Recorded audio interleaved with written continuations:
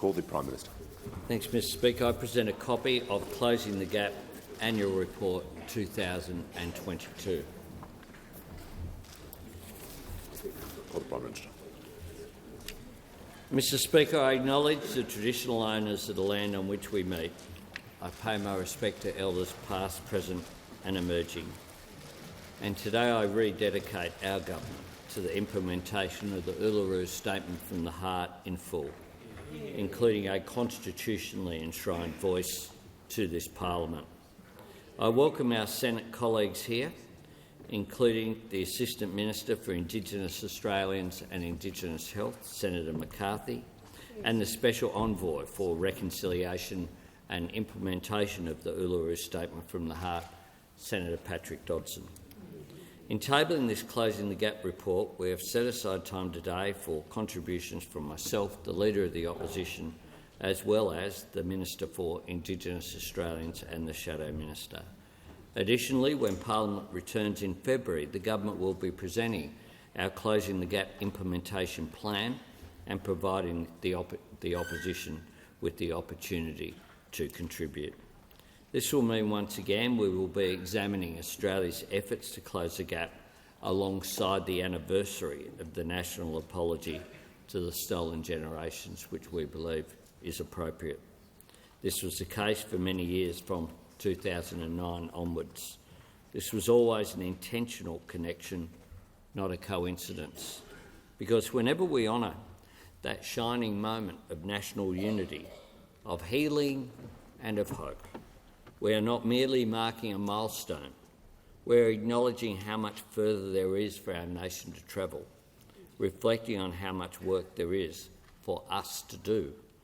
And that unfinished business, those realities of disadvantage and inequality, stare up at us from every page of the Closing the Gap report. Mr Speaker, reconciliation relies on what I believe are innate qualities of our national character: optimism, decency, generosity of spirit. It also demands truth-telling, and this report details the hard truths. It confirms that in far too many measurable ways, Aboriginal and Torres Strait Islander peoples lead lives of lesser opportunity. There are signs of hope and progress, and it's right that we acknowledge those. More babies are being born at a healthy birth weight, and more children are enrolling in preschool, giving us cause to be optimistic for better educational outcomes down the line. But on far too many other indicators, there is no progress for us to speak of at all. Or worse, in some cases, things are actually going backwards. Indeed, in some areas, the word gap feels wholly inadequate, a softening of the truth that what we face is not a gap, but a chasm. 3 decades after a world-leading Royal Commission into deaths in custody, the incarceration rate for First Nations people remains unforgivably high. The number of children in out-of-home care speaks of a generational failure, and the suicide rate is nothing less than a national tragedy. Confronting as these realities may be, we cannot surrender to despair, just as we can never accept that this inequality is somehow inevitable, especially when the answer lies within our grasp. Because the unifying theme of this report is not helplessness, nor is it powerlessness. It is practical, achievable, measurable change in the way that we do things. The compelling message, loud and clear, from the Coalition of Peaks down is this: so-called solutions conceived in Canberra and imposed on communities without consultation are more likely than not to end in expensive, ineffective and even counterproductive failure.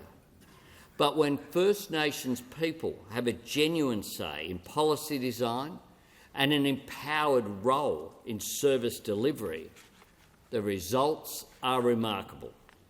when a government listens to people with experience, with earned knowledge of kinship and country and culture and community, when we trust in the value of self-determination and empowerment, then the results are always better.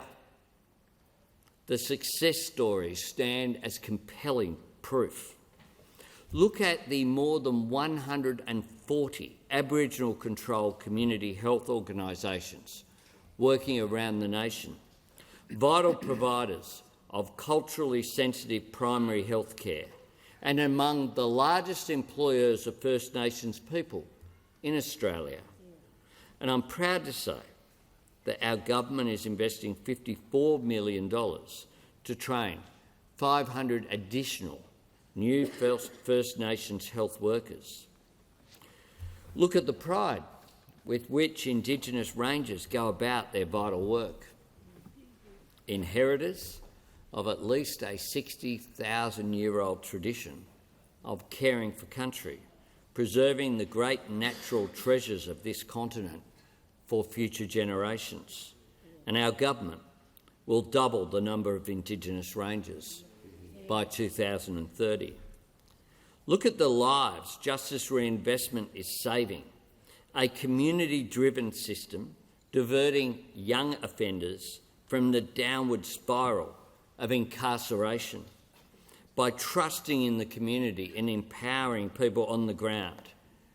Towns like Burke in New South Wales have seen a reduction in family violence, a reduction in reoffending, a decrease in juvenile offences, and an increase in Year 12 retention rates.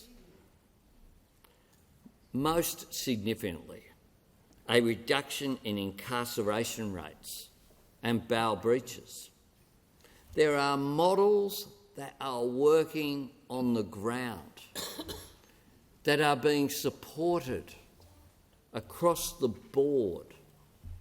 In New South Wales's case, obviously, by the New South Wales government, with the support of the New South Wales opposition. They have a theme, though, all of these things that are working, which is the direct empowerment of First Nations people, listening to what they say will work on the ground, rather than being imposed from Canberra or Macquarie Street or Spring Street. Listening to those people, particularly in our regions. It works. On any measure, it works. Our first budget invested $81 million to fund up to 30 new justice reinvestment programs. Yeah. And in the same spirit of respect and empowerment, we're providing a $100 million funding boost for housing and essential services on Northern Territory homelands, helping maintain connection to country and culture and providing the greatest sense of stability that comes from a secure roof over your head. Mr. Speaker, at its core, this Closing the Gap report asks us if we are going to continue doing the same thing while expecting a different outcome. More to the point, it asks us if we are prepared to accept a continuation of the same outcomes. The same disparity in educational and job opportunities, the same inequality in access to health care, the same appalling rates of family violence, the same punishing discrimination in the justice system, the same denial of a happy childhood and a safe home to far too many children, the same gap widened by the same failure to listen, learn and, yes, trust. And that's where I want to conclude, Mr. Speaker, with a few words about the Uluru Statement from the Heart and a constitutionally enshrined voice to our Parliament. It's now been more than 5 years since over 250 delegates from Aboriginal and Torres Strait Islander communities from right across this vast land came together at Uluru to craft that gracious, patient, generous call for voice, for treaty, and for truth. That process was itself the subject of 5 years of consultation.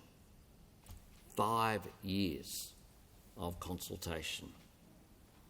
A hand outstretched in friendship, a show of faith in the innate decency and the instinctive fairness of the Australian people, a belief that we would find it in ourselves to just grasp that hand, and a humble request.